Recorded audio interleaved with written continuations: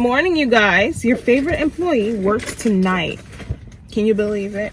I work from 3 p.m. to 11 p.m. so I have a lot of time to spare.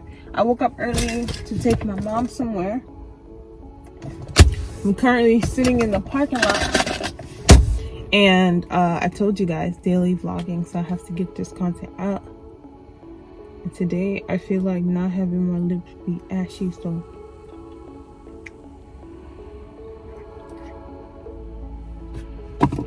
let's spice it up. Do y'all like my shirt? It is available for purchase on my website at www.sassyproductions.com. This is like one of my favorite t-shirts. I absolutely love it. It's kind of a crop top, but like I've been pulling it down so much that it fits me all the way. I don't know if you can see. Okay. But yeah, yesterday I just kind of hit you guys with like a bombshell. I am so sorry. And I didn't even get into why I didn't end up like getting with a white dude. So this whole white man ideology has been, you know, a fantasy of mine, or just something that I really wanted to do. Like I knew for sure in my hearts of hearts that I was not going to be getting married to a black man. And I realized how harsh it sounded, so I stopped saying it, and I just kind of was opening my eyes but keeping my mouth shut. And I already told you guys my problem with why I wouldn't with the brothers. But it had nothing to do with like getting good hair or anything like that. Like I guess that's a bonus, but like I said, who's to say what good hair is, you know? So I didn't end up getting with a white man because I got hired to work in on 47th Street, so by the Rockefeller Center, where like predominant business casual guys will come in. Most of them were Caucasian, and I was just like, oh, God strategically put me in a place where I can be in a position to be receptive to the man that he wants me to be with, that was white, like I said. And girl, they just kept buying Marlboro lights. Like it's either Marlboro lights, American Spirit, yellow. It was Parliament, and I was just like, no ma'am, no ham, no turkey. I will not. I hell no. I'd be damned. My husband talking about, hey babe, can you bring me a Parliament on your way home? Oh hey babe, can you give me an American Spirit yellow on your way home? And that right there just completely turned me off. And then I started thinking deeper, right?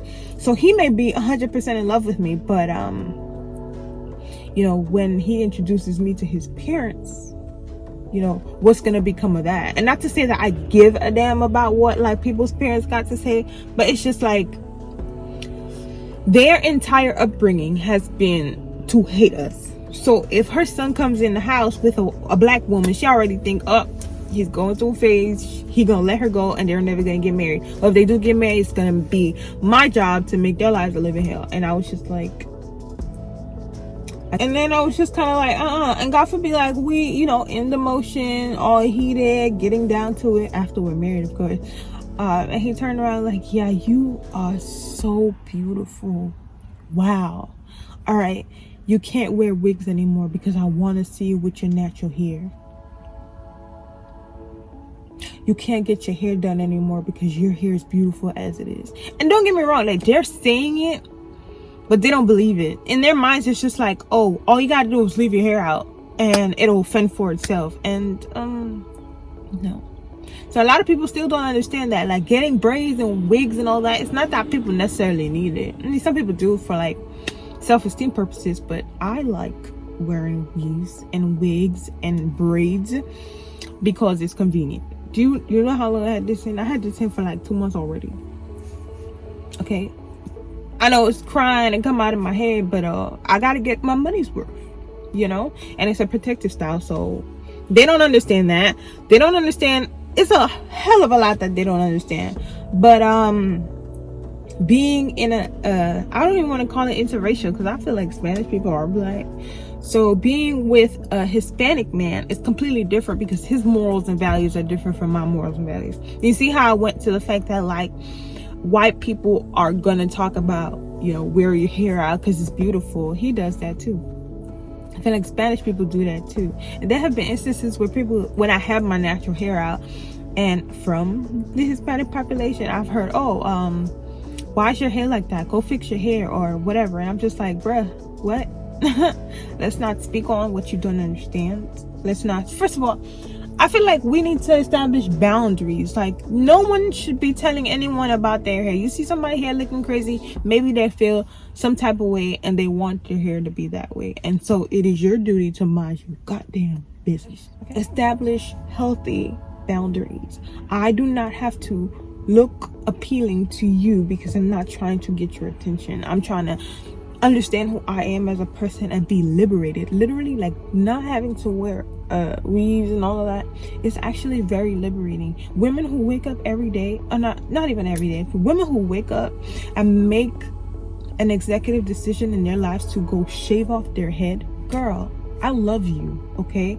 Because what that says to me and what that says to other sisters and other brothers or men that's watching is that you're free, you're in tune with who you are, and you know, it's just time for a change. And I absolutely adore it. When I cut my hair a couple of years ago, that was the most freeing time I've ever had in my life. I didn't have to worry about not a thing. I didn't care about nobody. I renewed my lease as a black sister, okay? And there's nothing like it, because in a way hair is kind of bondage, but that's a different conversation for a different day. Right now we're talking about this whole interracial dating thing, and it's just hair argument. I understand that it's just hair, but my hair will not, because I don't know what it is. Like, all right, maybe we're saying it wrong, because I know that Doja Cat had gotten into like trouble for saying that she doesn't like her black hair and okay, cool. So black hair is hard to manage, and a lot of people they don't understand that. And I'll always divert to the hair, because it's literally a psychology, okay?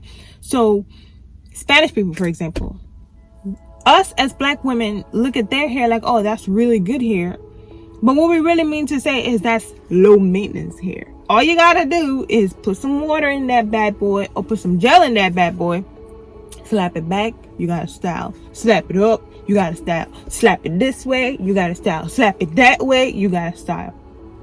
For black hair. Now, figuring out what type of hair you have has been and will always be above me, okay? Because I at that point I already gave up. But like, there's still black women trying to figure out what hair they have, what hair type they have. Do I have 4C hair? Do I have 4A hair, 4B hair? What's my porosity level? It's a lot, okay? And so we choose not to have to deal with this. So we just slap it on. It has nothing to do with Western culture and their standard of beauty. It has nothing to do with us taking on the Caucasian way and going blonde and all that type of stuff. It has nothing to do with that. Let me tell you, it's a protective style. It is an easy style. We don't have to worry about doing our hair. It takes us like 5 hours to figure out what the hell, and I'm talking about 5 hours overnight into the next morning. We dread washing our hair. Washing Spanish and white hair, I think it's super easy. All you gotta do is part the hair, put some shampoo, condition, and that's the end of it. For black hair, you gotta part it.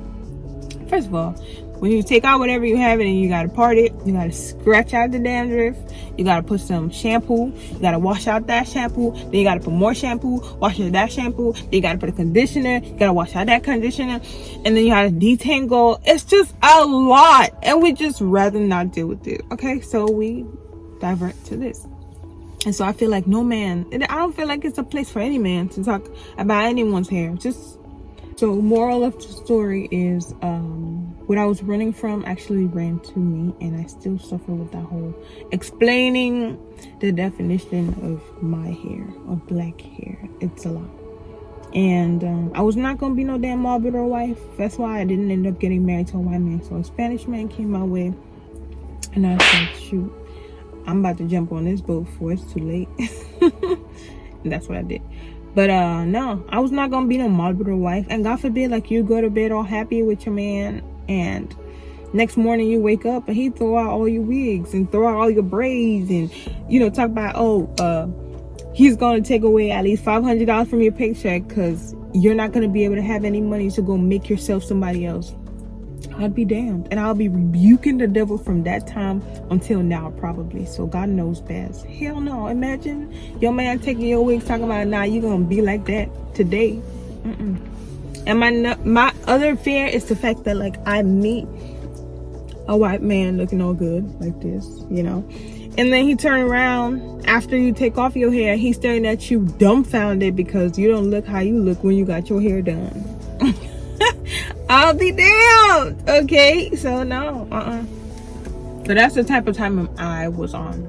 And honestly, no white man has ever approached me. I think because they already know like what's gonna come out of my mouth. And back then was when I literally had a lot of time on my hands, and I was literally sitting down and contemplating every response. So in my mind, on a daily basis, I used to be like, if someone comes up to you right now and say, oh, hey, can I touch your hair? What would you say?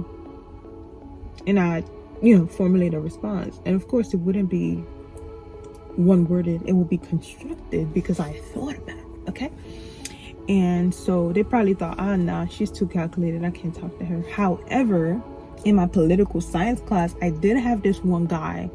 I want to say he was of a Greek background.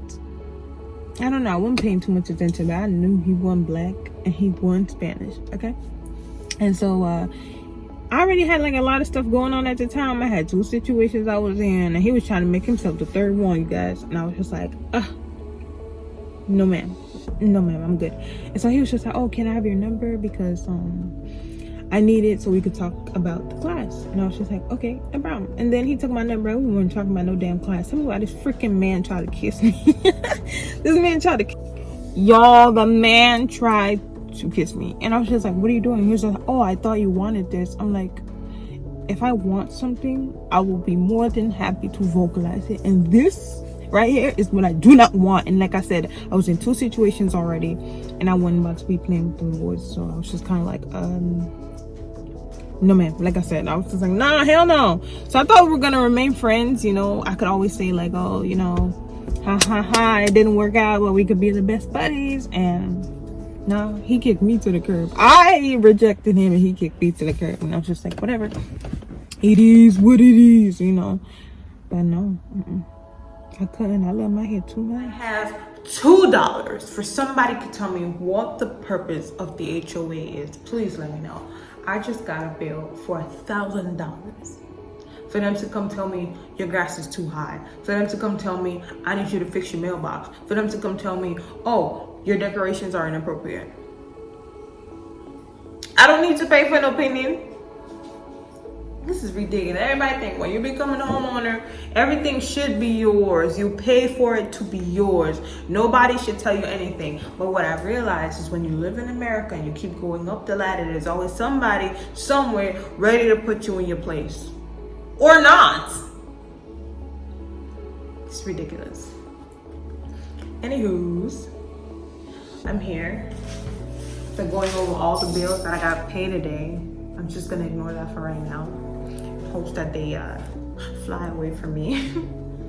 I have some note cards here. I am supposed to be studying. Yesterday when I got home, I had 3 things on my itinerary. I was supposed to get the products up on the website, as well as study by writing down everything that I don't know on flashcards so I could take it really serious. This right here determines a career change. And I was supposed to upload the YouTube video. That took forever for some reason. So today here I am in hopes to try again today, or just do what rolled over. I'm trying to open this thing, it's not working. Okay. I got somewhere.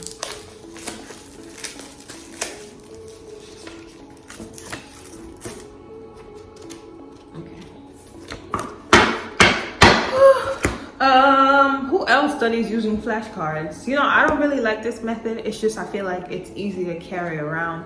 How I study is I write everything down on a piece of paper. Let me show you. I need a piece of paper. Fine, I'll use one of these. So let's say this is a loose leaf, right? Let's say this is a loose leaf. What I do is I fold it in half. On the outside, I write the concept. So let's say I'm trying to define productions, right? So I put productions on the outside. On the inside, I write the definition, and I just quiz myself on what is production. I give myself the answer, and I just open to verify, and that's how I study, and I find it very effective. But I'm gonna try the American way, and I'm going to use flashcards. I'll let you guys know how effective this is when I get my exam results.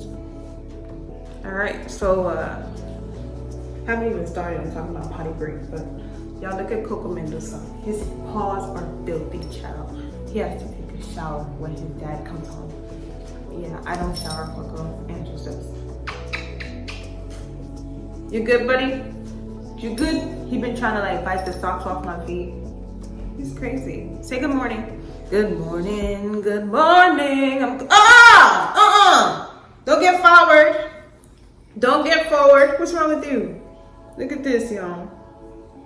What is all this on your face? Okay, let me put you down. You filthy. Ugh. Look. Goodness, my big. Get out of here. Ugh, he's heavy too.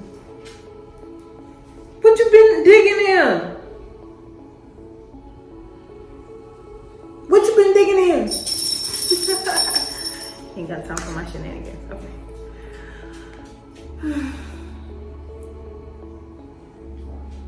All right.